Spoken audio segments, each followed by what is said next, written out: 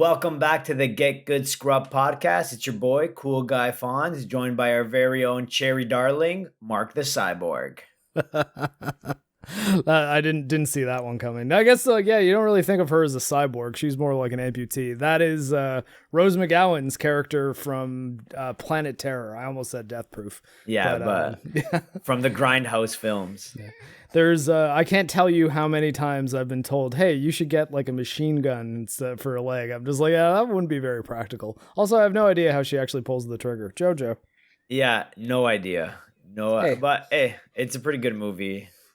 Not commercially successful, but in the movie and in the film industry, it's highly regarded, I guess. Your dog is on fire right now. Is just refusing to not have her butt up in the air. Wait, there we go. Okay, you're going on the ground, Jojo. Harley's leaving me too. As always, we're bringing you our weekly news and all things video games. Our show today include Activision crumbling, That's No Moon Studios' initial announcement, Halo Infinite test flight, and Final Fantasy Pixel Remaster. But let's start with a game you're currently playing, without me, I may add, The Ascent.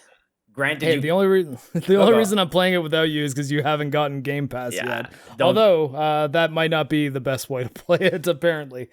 I also don't have the time for it right now, but you can play it alone, also with 4 players co-op, couch style, and crossplay between Xbox and PC. We'll get into why one is better than the other very shortly.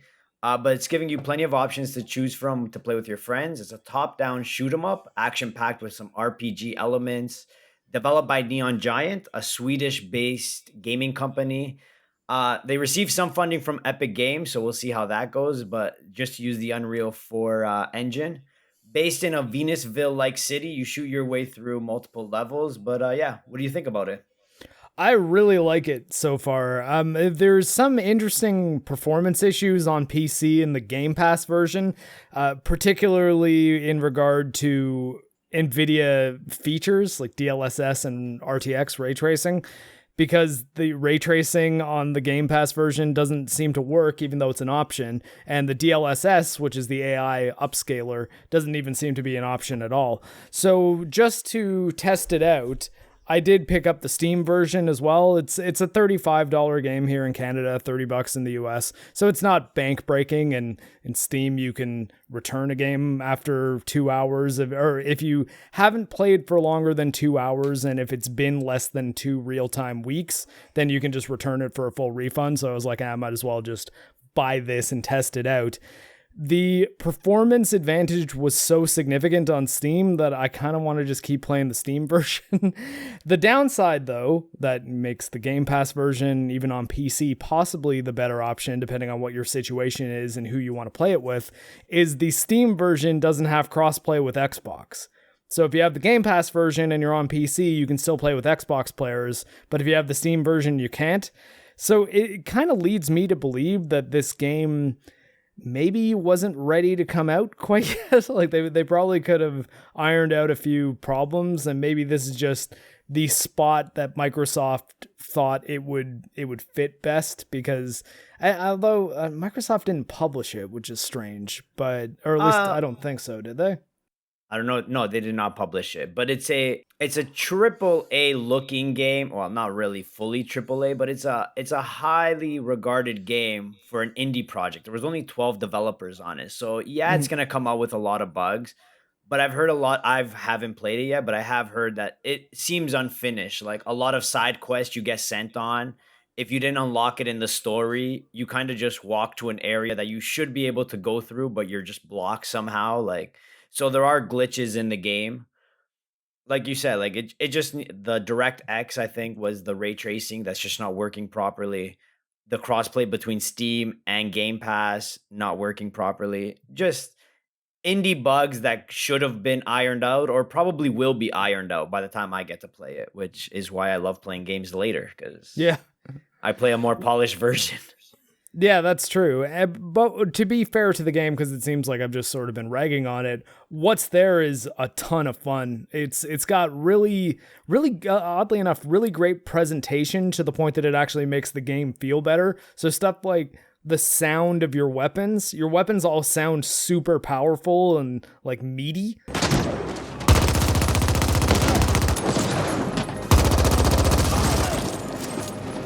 So when you're firing them, it makes it feel a bit more intense, the actual combat. There's a neat mechanic that doesn't really work the way you'd think it would, because you can hold the left trigger to aim. Actually, though keyboard and mouse is an option for playing it, I found that because it's like a twin stick shooter, it kind of feels better to play with the controller. You can use the left trigger to aim, and then your character will aim down sights, actually like hold his weapon up. But what you're actually doing is aiming on a higher plane, so you can think of it like shooting high and then shooting low. And when you crouch and then shoot high, you're kind of at the normal low shooting, and crouch and shoot low. So there's like 3 levels in total that you can fire along. And there's different elevations, so you can do that for when there's characters walking upstairs or downstairs. You can kind of aim to hit them more specifically, which is something you don't often get in ARPGs like Diablo style games. And that felt really good. There's also a really solid cover mechanic in it where you can get behind cover and then use the aim to sort of hold your gun over top and then fire. So lots of neat horde style crowd control things. Not quite like Housemarque's Dead Nation that had like hordes and hordes of zombies coming at you. This is all like aliens and robots and kind of cyberpunk gang member type people, at least that I've fought so far, about 7 levels in, level character level 7. And yeah, it's been really fun, and I do definitely recommend checking this game out. But as Fonz was mentioning, maybe giving it a bit of time for them to patch it up a little bit wouldn't be a bad thing. But I think this being an Xbox and PC exclusive, it's a pretty good card in Microsoft's deck, which we know that they're really focusing on stopping the PlayStation players from being able to say #lol Xbox has no games, because now, I mean, the last 2 weeks we both talked about indie games, but indie games that aren't available on PlayStation, Death's Door and the Ascent. That, I mean, I don't know if you could call either of them strictly indie games, but they're small team development games, not super expensive to make, like not $200 million bloated budget games that, I don't know, companies like the one that maybe we're going to talk about a little bit later. But they're solid, and they're designed with care and have good gameplay. And I think that it's promising that Microsoft is putting a lot of eggs in that basket, I guess. I still am not crazy about the fact that PlayStation players can't play it, and while I would say Switch, I don't think the Ascent would run on Switch. It's it's on my supercomputer. It's having trouble like holding a good frame rate even with DLSS on. So I don't know if it would be suitable for a Nintendo Switch. But I think PlayStation 5 for sure would be able to handle it. Probably PS4 as well. And it would be nice if it wasn't an exclusive. But in the interest of Microsoft doing things to downplay its reputation of not having any games, I think both Death's Door and the Ascent are pretty solid ones so far. Well, Shilla brought a great point up. Like with all the COVID restrictions, AAA games really suffered a lot more than indie games because they're so used to going to one big office, everyone collaborating in like a multi-billion-dollar building investment, right? Whereas these indie games have always been able to work from home or work like on small groups but further away. And so now is the time of indie games. Like we're gonna get a plethora of them coming out because all AAA games, like most of them have been delayed or are gonna be delayed or not gonna come out during this period. There's a lull in AAA games, so maybe indie is the way to go. And Xbox has clearly shown that they are better suited for indie developers than Sony is, right? Yeah, well, especially with the controversy that was happening about the store features on the PlayStation Store, where apparently it costs like $25,000 to get your game put like up front. Yeah, and it's like for a company like EA or Ubisoft or Activision, that's pennies. Yeah, but if your game costs $10,000 to make, spending $25,000 to have it featured is like that's one heck of an investment when you're talking about what your overall profit margins are going to be. And not to mention like Game Pass is just better suited for it, right? Like You don't have to pay for the indie game. You want to try it out for a couple hours, just download it and let's go, right?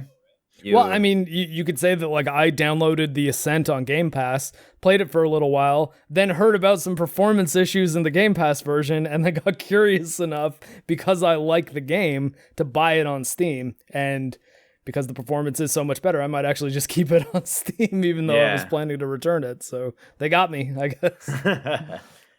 That's awesome. So as you alluded to it, too, Activision Blizzard not going through a good time right now. On July 20th, a suit was filed by the California Department of Fair Employment and Housing over frat boy like workplace culture. This was after a 2-year investigation and finding the lack of the women in leadership roles disturbing. They were just rampant harassment and discrimination running wild over there. Honestly, the suit names way too many specific instances, but Activision's response was pretty bad when they said the lawsuit includes distorted and in many cases false description of Blizzard's past. Not the thing you want to say after your first press conference after the suits have been filed, but on Wednesday, about 350 Blizzard employees staged a walkout. They were supported with food and drinks by local businesses. There was even a sit-in in World of Warcraft for like a couple days, which that's funny, I guess. Yeah, I would say so, especially because it's like, let's protest Activision by playing an Activision Blizzard game. And then putting your characters on it so they have live concurrent players, but not doing anything. Yeah. But the Washington reported from the workers 4 concrete policies. They wanted the adoption of policies that would include diversity and representation, transparency around employee compensation by gender and ethnicity, and a third-party audit of the company's reporting structure, human resources, and executive staff. And finally, they are seeking to end the inclusion mandatory arbitration clauses in current and future contracts. Such clauses send complaints made by employees against the company to a private arbitrator rather than a lawsuit in a civil court. It's going hand in hand with all the accounts levied against Ubisoft last year. It just seems to be running rampant in big video game culture right now. What do you think about it? It's definitely a complex issue that isn't going to be easy for me to hash out flawlessly because I've never worked at a major video game developer, so I'm not 100% certain what exactly the frat boy culture they're referring to is like. And I don't put that in quotes because I don't believe it's happening. I put it in quotes because that's not really a very specific accusation. Like to say, oh, there's a frat boy culture at this company. Be like, well, I mean, I don't know. Does that mean every so often they do like beer bongs and say like you know it? like Frank the Tank? You know it!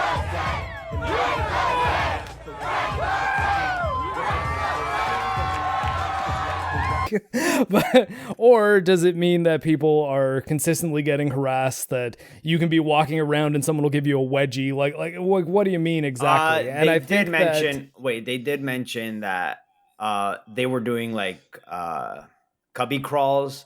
Yeah, and I was about to get into the specifics there. That the cubby crawl thing was like an actual specific citation of apparently there's times, I'm guessing this can't happen every day, where employees get really drunk and then crawl underneath cubicles and like grab people's butts and stuff. Yeah.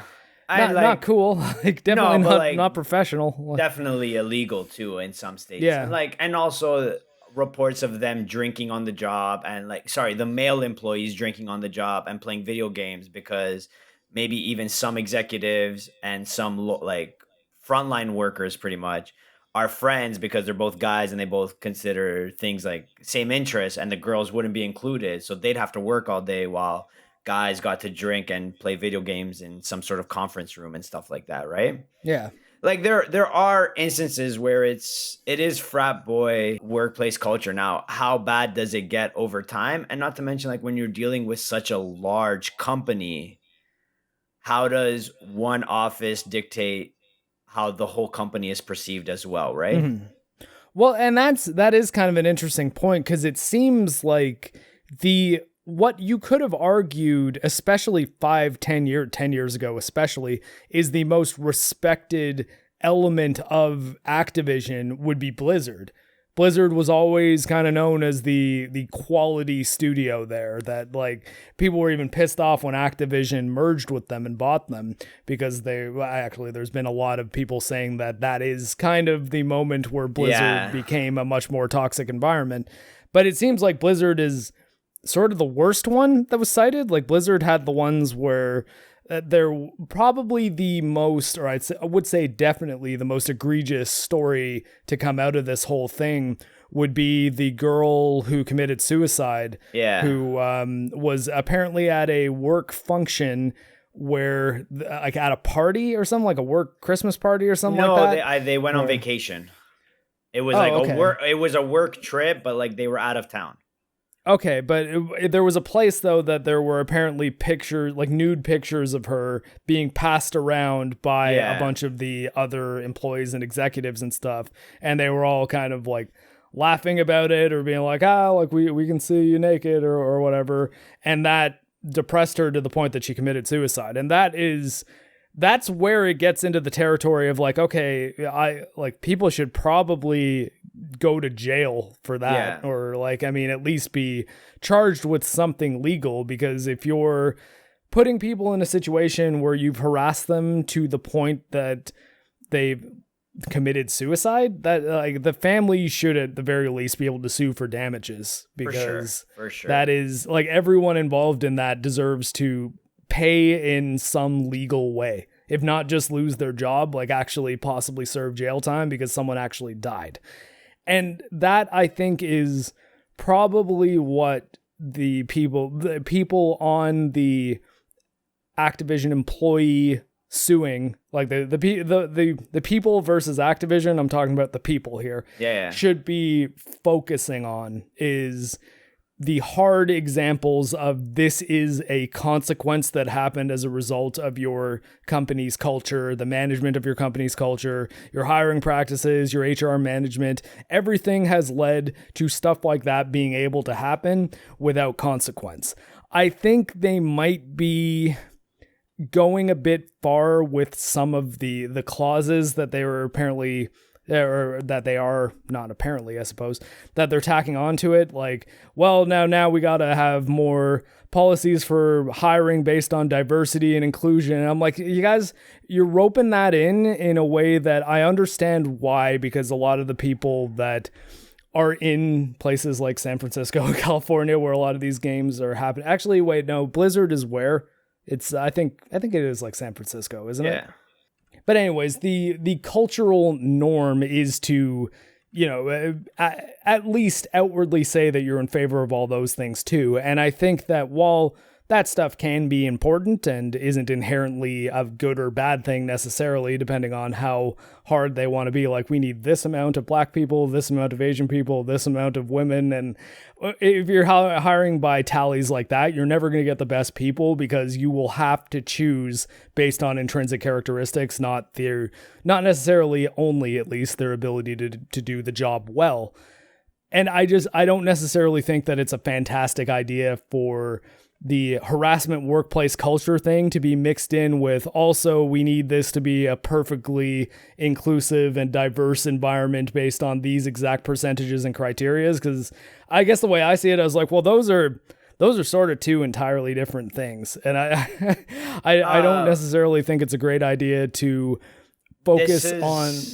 Go. This is the problem, though, is that if you don't make rules, how do you enforce rules, right? Like, clearly they weren't doing that, and there are rules in place. So they were either disobeying whatever rules California has for representation, or the rules for representation aren't good.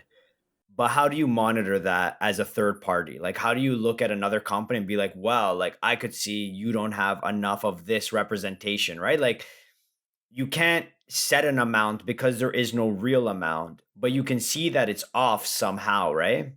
This is the problem I have with all of these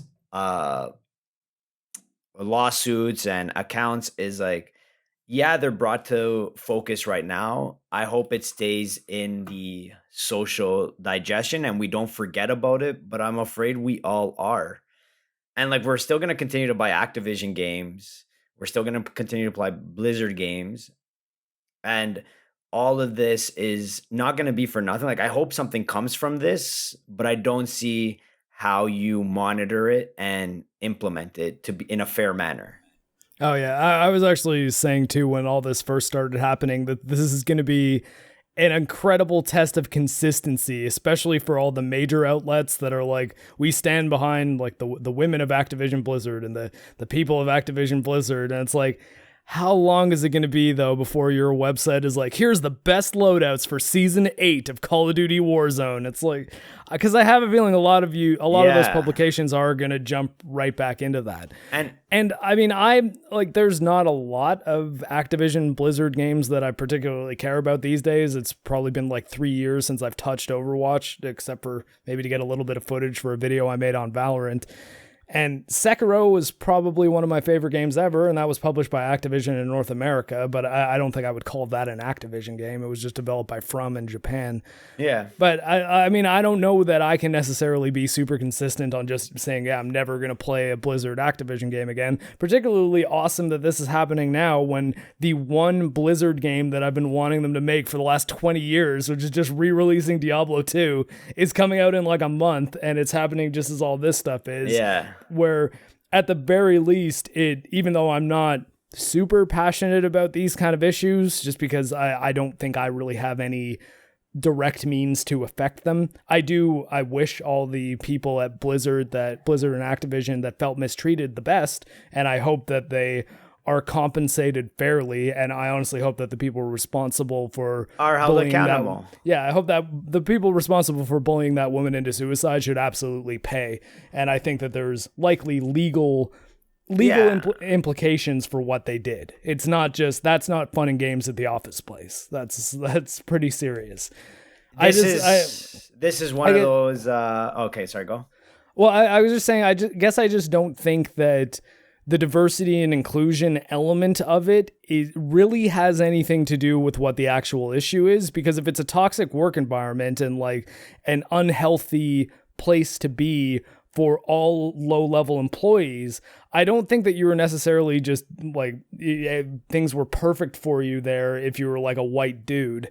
I think that it probably was the kind of situation. It was probably a lot easier though. Maybe, yeah, and I mean that's certainly possible. But But I think though that is the issue we're focusing on. Is it the work culture and how employees are treated, or is it the diversity of the employees themselves?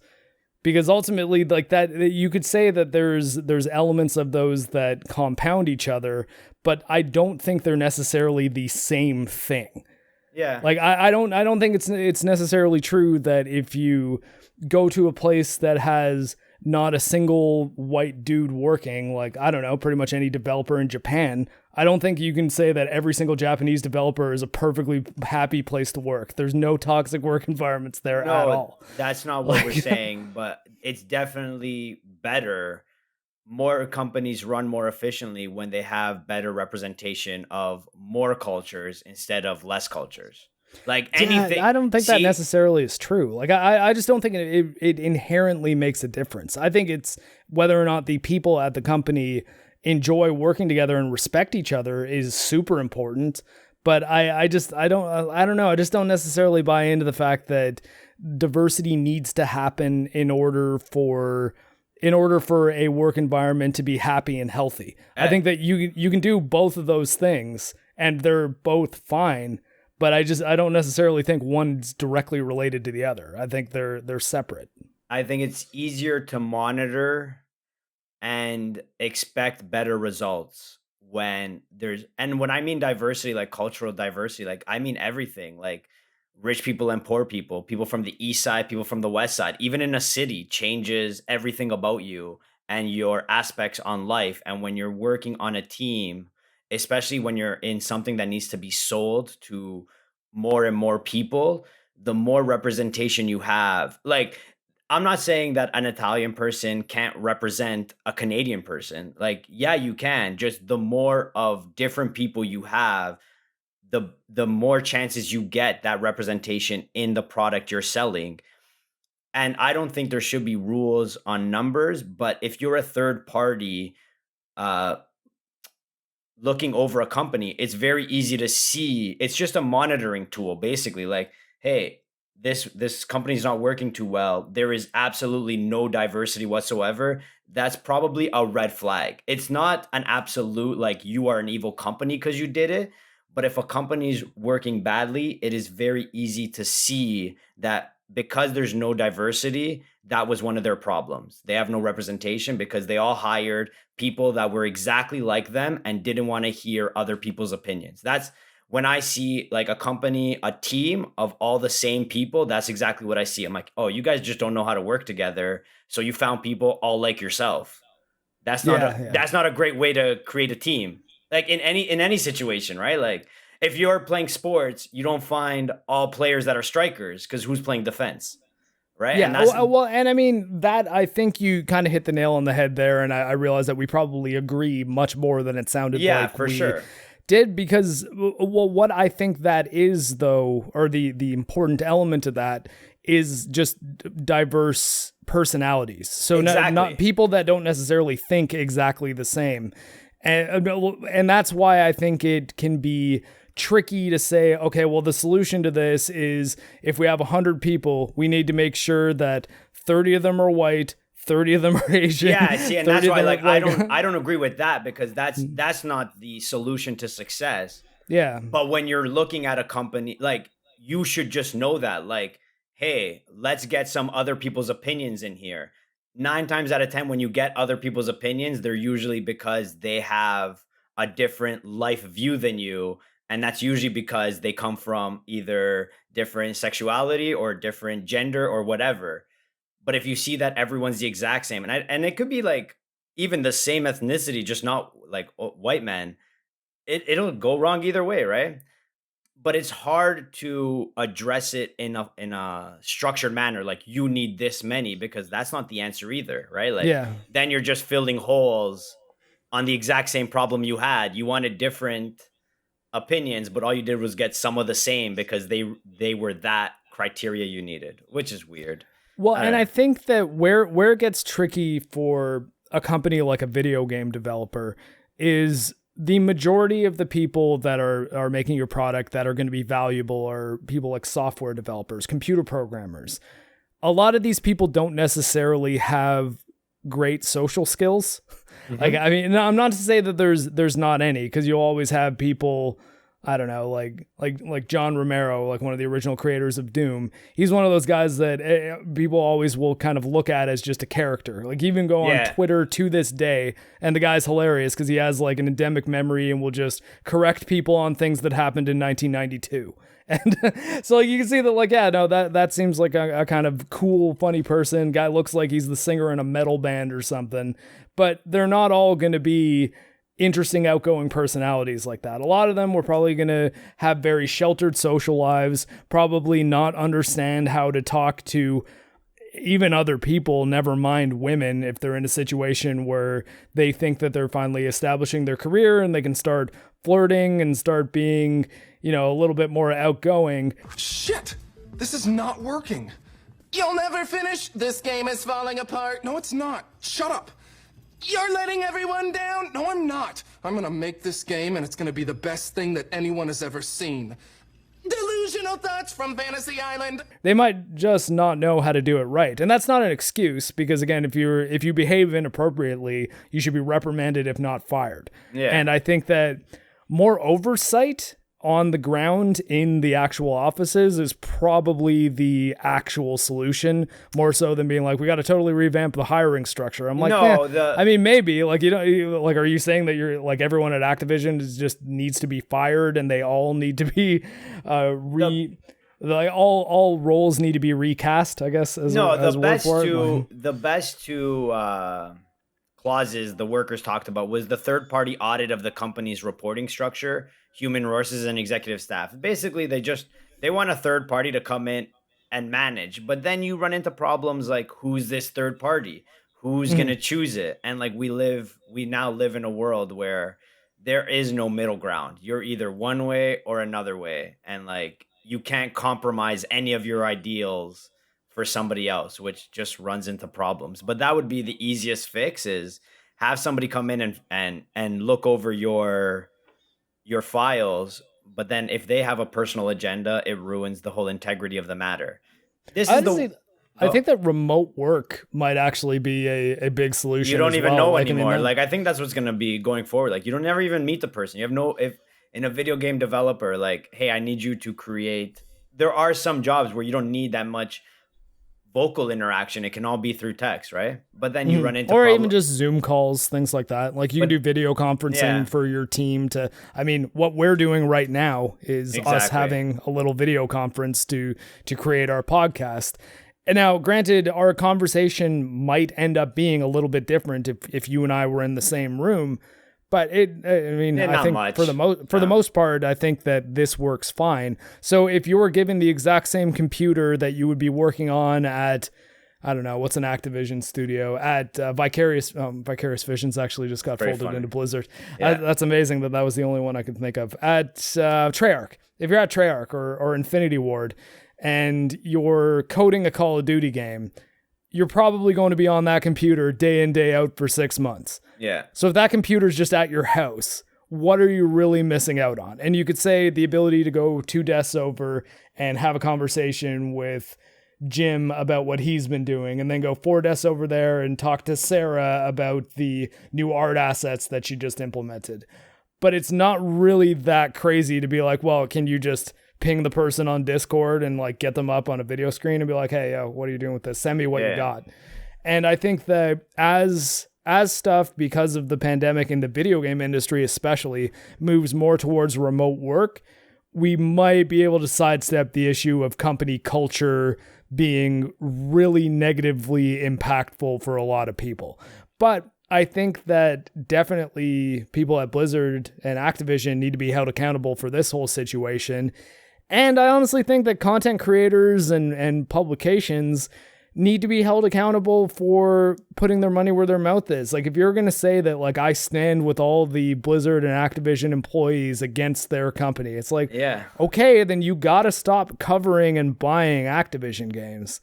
Kind of the way I don't use the Epic Store, because it's not at all the same thing. I should clarify, not as serious. Yeah. But Epic You have does your it. ideals.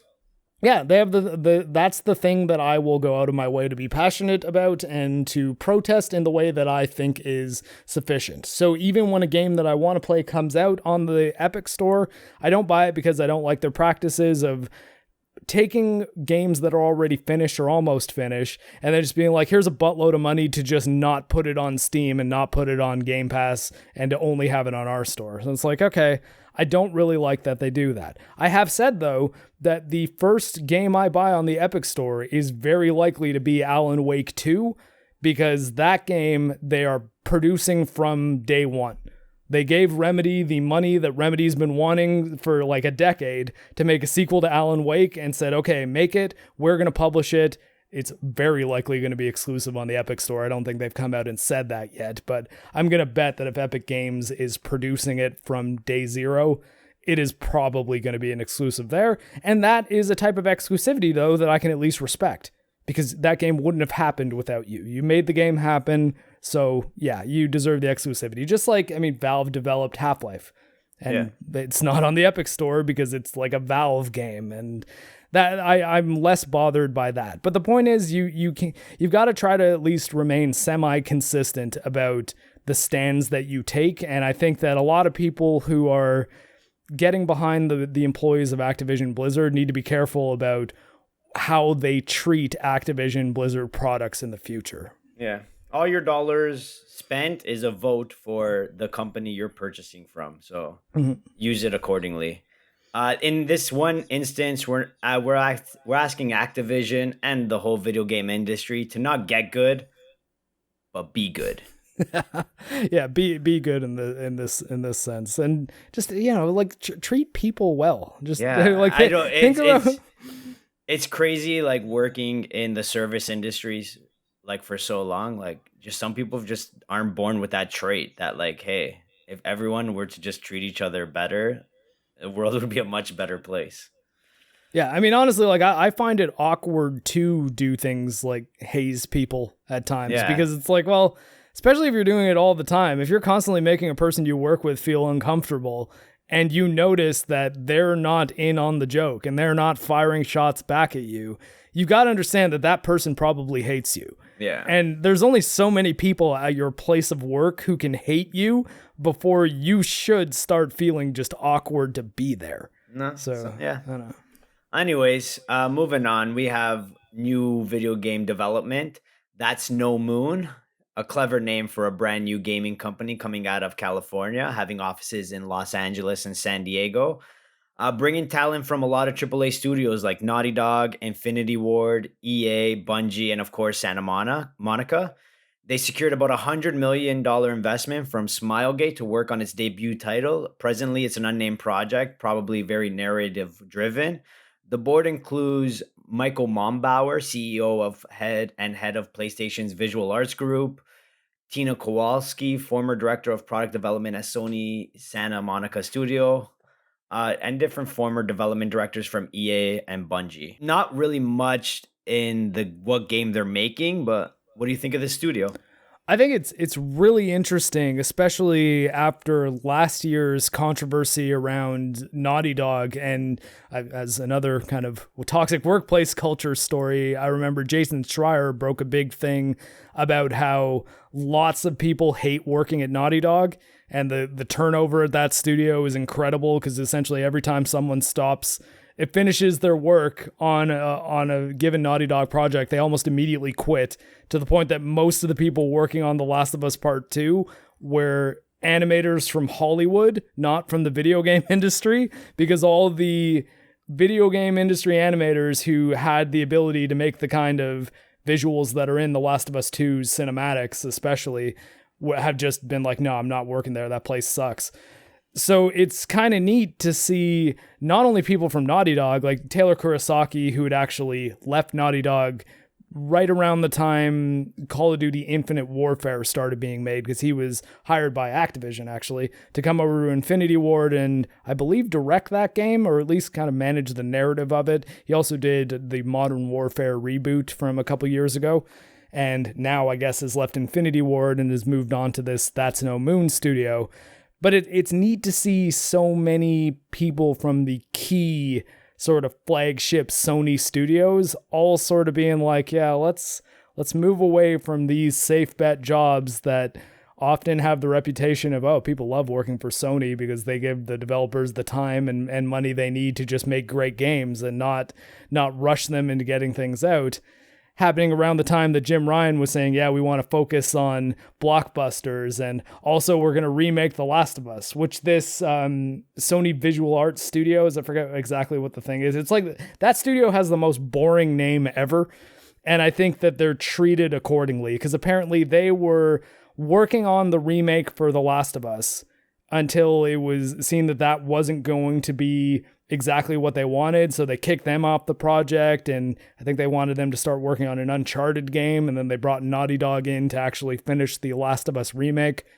The Last of Us is a game that doesn't need a remake, but that's happening apparently, and I think it'll be interesting to see how, is it Good Smile is the name of the company that Smilegate, yeah. So they're a Korean company that made kind of a Counter-Strike-like game called Crossfire. Yeah. And there's I think Xbox exclusive, or maybe, at least it was on Game Pass and it was revealed in an Xbox event, called Crossfire X, that is a North American release of Crossfire, I assume. That, speaking of Alan Wake 2, has a campaign that's being made by Remedy, who are people who made Control and Alan Wake and Max Payne.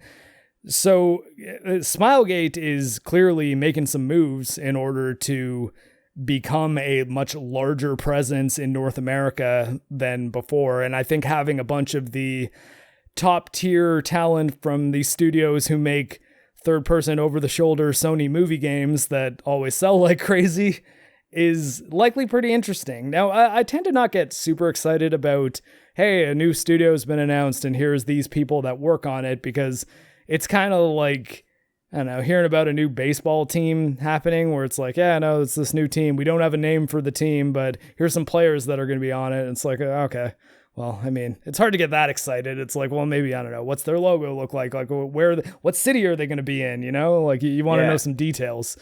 But it'll probably be a few years before we see anything from this studio.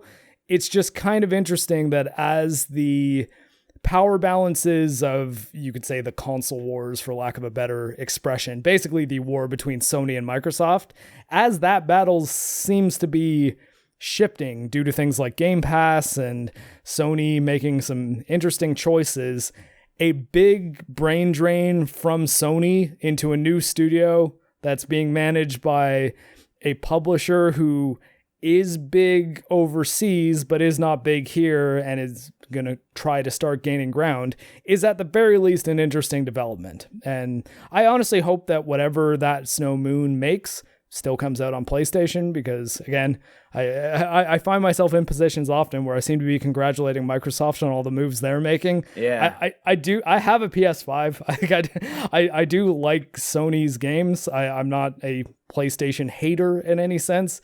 I just kind of like it when good games are available everywhere. So anytime a bunch of people who are really talented, who only ever make games that come out on PlayStation, move to a company where they're like, now we're going to start making games for everybody, probably at the very least, then no, I kind of look at that as a win. Thing. Yeah. I see this as an absolute win. Speaking of Microsoft and all, like, it's just good move after good move after good move with Microsoft.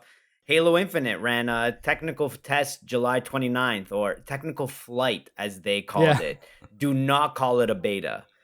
But to many fans' reactions, overall, the test went pretty well. There were some connection issues.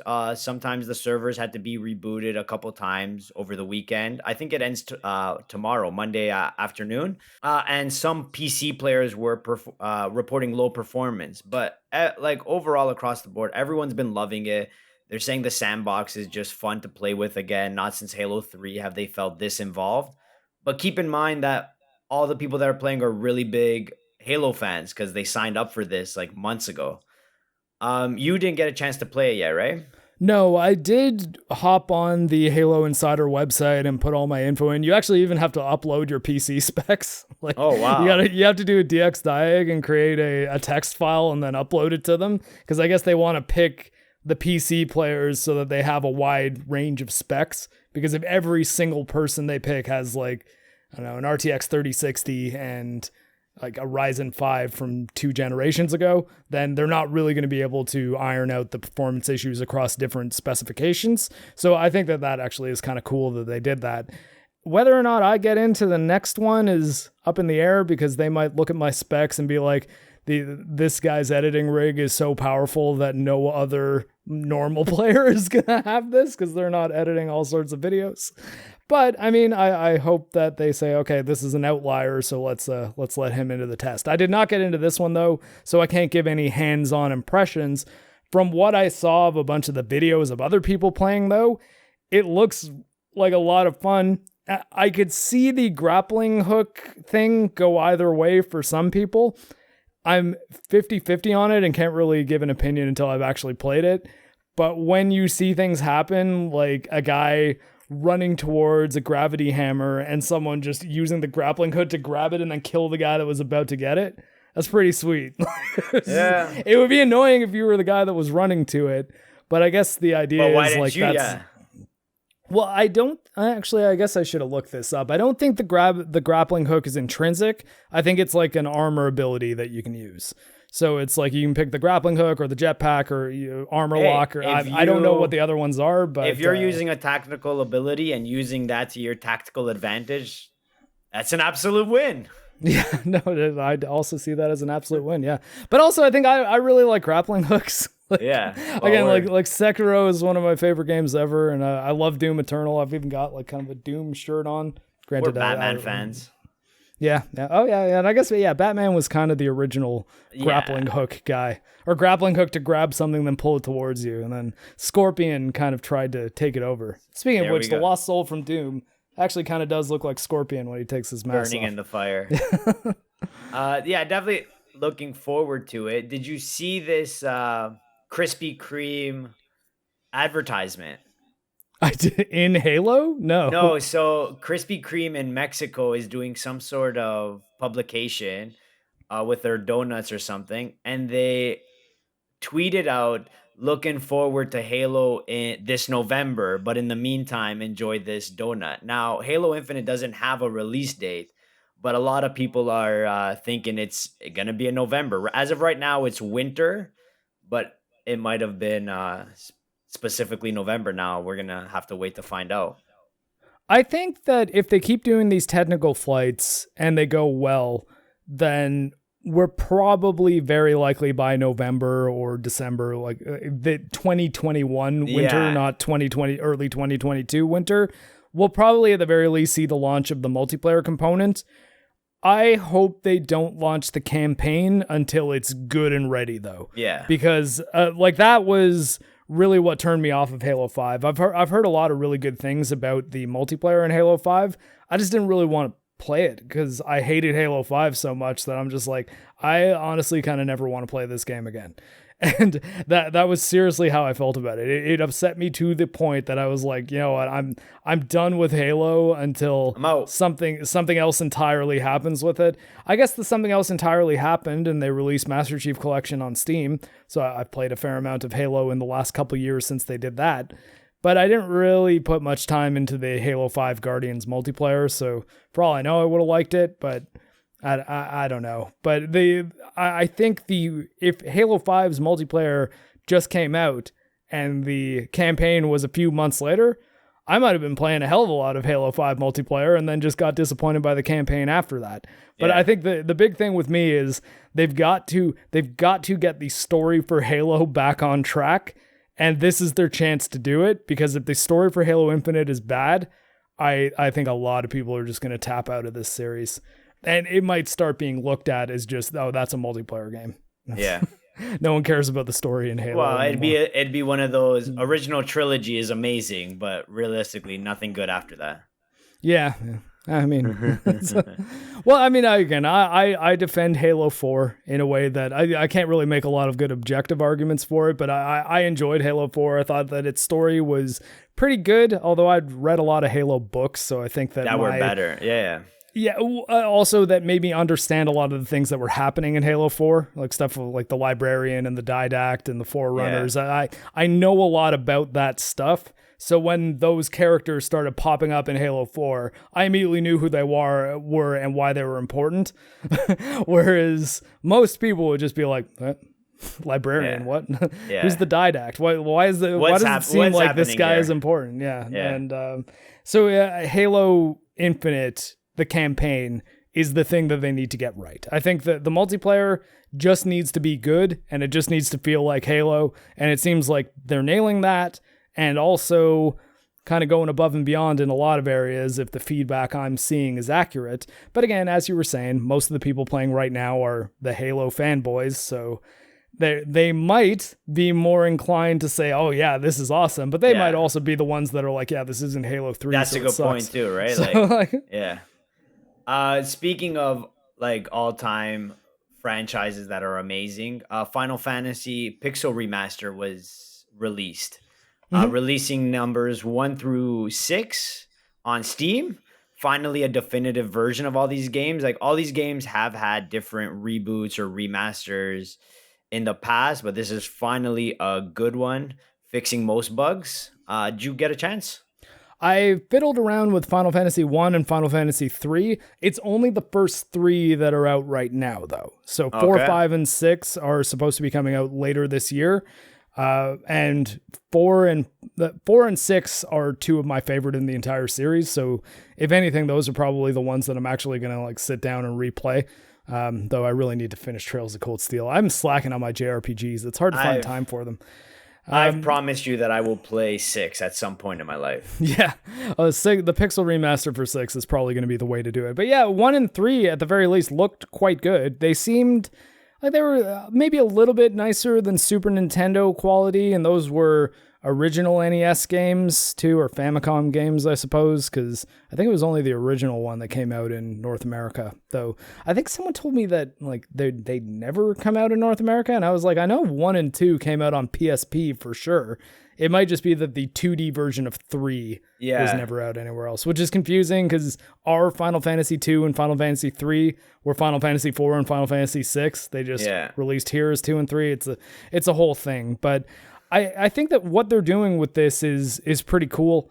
Like they seem to have made it so that the visuals look the way you would probably remember them looking, but a lot better than they actually looked back then. Yeah. And I think that's sort of the best way to do a remaster. Like when you first fire up the game to be like, oh yeah, this is exactly how I always remember it. And then only when you look back at like video or screenshot of the original game, or I think Halo Anniversary was an interesting way to do it, where you could just kind of toggle between the old art style and the new one to see the differences.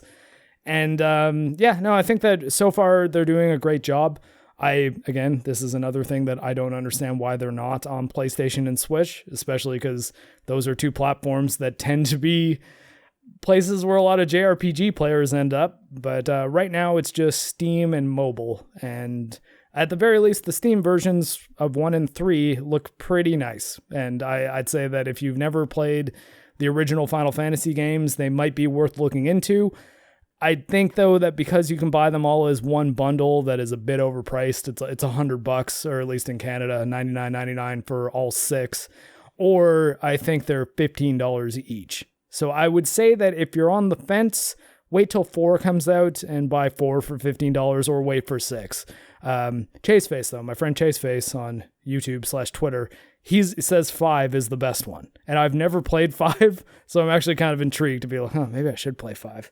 I heard that 5 has kind of a useless story, though, so I was like, I don't know if just 16-bit era 2D turn-based combat is going to be enough to pull me through an entire JRPG. I kind of need the narrative to at least be something I can sink my teeth into. It's why I never really got into the Dragon Quest games.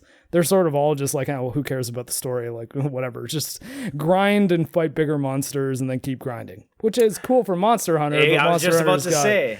But Monster Hunter's got like really good real-time combat that's fun to play, whereas turn-based RPGs can be fun in their own way, but I think it's not I don't know, moment to moment it's not super fun to play a turn-based RPG. It's more the strategy elements that are kind of neat, and I think that having the narrative component in addition to solid turn-based combat is a way that you could get me to sink my teeth into it. But if it's just turn-based combat that's good, it's like I don't know, it'd have to be pretty damn good. Yeah. And then we finish off as we usually have been the last couple weeks with our Dead Space update. I just finished Chapter 8. I already talked about the Leviathan boss, so there was no boss at Chapter 7. It obviously still pretty good. Not much to say until like I get to I think like I'm just getting ready for the final boss at this point, because there's only 4 more levels, right? Yeah, I think there's 12 chapters total, and the last one is pretty short. It's essentially just the boss, and although actually wait, there's a little bit you have to do in it. You got to kind of push a thing through a couple rooms and fight a few guys, and then push it back, and then the one thing I found about Dead Space is like every level is been fun and enjoyable to play. Like it doesn't get monotonous. Like I just keep remembering Assassin's Creed, like just doing the exact same quest over and over and over again. Like this keeps it moving with the story unraveling itself, right? Altair, I need you to kill this crusader, but first get 10 flags. Horrible. It's the original Assassin's Creed games were hilarious in that they were like, you have this assassination that you can do, but also we need you to do like 5 kind of silly collectathon side quests in order for us to give you the information you need to actually do the assassination. But no, I finished Dead Space 1 yesterday, actually last night, and started Dead Space 2, and man, if Dead Space fucks, Dead Space 2, so far at least, fucks like a legendary porn star in their prime. Like it's really good so far. I was actually kind of shocked by how much more polished it is than the first one, how much more visually diverse, like all the levels and areas, for all still being dark, futuristic, scary Spaceships. environments. Well, not really spaceships, because you're not on a spaceship in 2. I guess you're on a space station. Okay. But it's on a planet, or it's on Titan, the moon Titan, the moon of Saturn. Of course. It's this facility called the Sprawl, and there's all sorts of cool stuff. Like you begin in an asylum, essentially. I guess some semi spoilers for Dead Space 1, and then you escape, not wearing the suit, by the way. And Isaac talks now, so no longer the silent protagonist.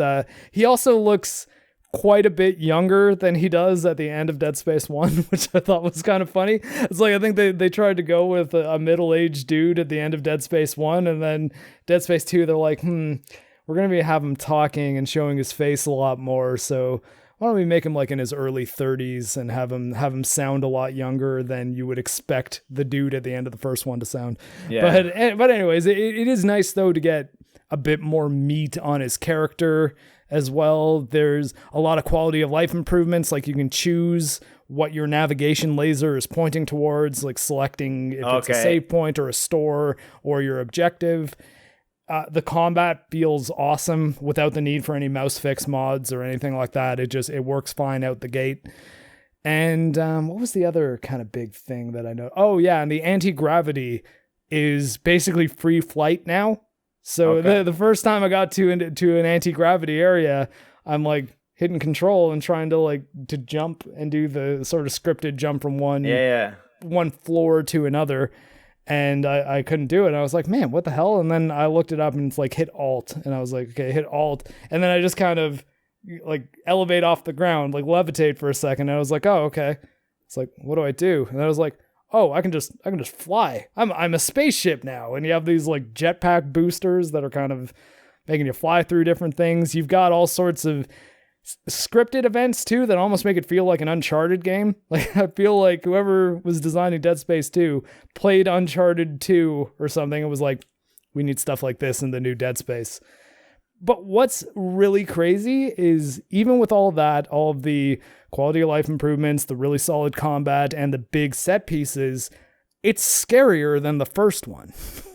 They do a really good job of making it so that there are jump scares that happen that have actually gotten me, and the lighting is way better than in the original, and it's the same generation too. Like they both came out on PS3 and 360. I guess Dead Space 1 was a smaller team that just had some really solid ideas and definitely a budget. Like Dead Space isn't a low budget game by any means. But then I think when they did as well as they did, EA was like, okay, let's give them all the money for their sequel. And money. I've been super impressed by Dead Space 2 so far. It's really good. I'm 5 chapters in already. Jesus. Like I played a lot last night. All right. But interesting though, the chapters aren't as clearly divided. Like it won't say like end of level here, save your game. It just will come in very subtle writing in the corner of the screen. Chapter 2. Chapter 3. And like I'll just have save files. I'm like, oh, chapter 4? I was like, when did I get to chapter 4? But yeah, no, I did notice the text though when I just got to chapter 5 this morning, right before we started recording this actually. And Dead Space 2 fucks and fucks hard. What does not fuck hard at all is the Dead Space Aftermath anime. So the second Dead Space anime, I don't think that this movie could have worse art if it tried. It looks like a low-budget CGI cartoon from the mid-90s, and I don't understand why they did that, because it also has good animation in it as well. Let me explain.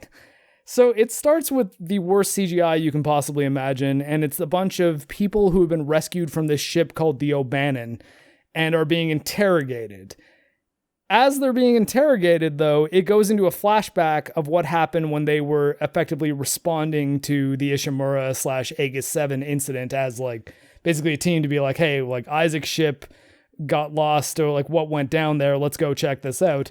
Naturally, the next ship that goes to check out what happened to Isaac's ship also finds themselves in trouble.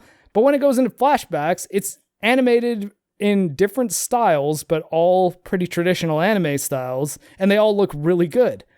So the glue that holds all these side story little kind of shorts that sometimes show the same events from different people's perspectives based on what their perception was of who was going crazy and why this person murdered that person, kind of like a Rashomon style different perspectives thing.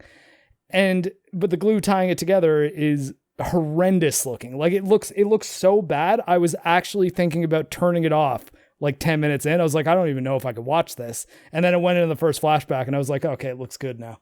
Whew. So yeah, hard recommend on Dead Space 2, not a big recommend on Dead Space Aftermath.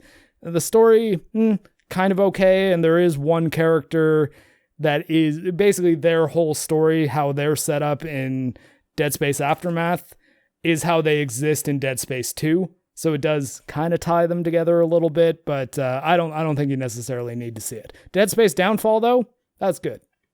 Okay. That definitely on the recommended watching list on my Plex server. Yeah. I'm pretty sure that's all we have for you today. Looking forward to next week and what the video game news will bring us. And remember, it's not be good. It's get good, scrubs.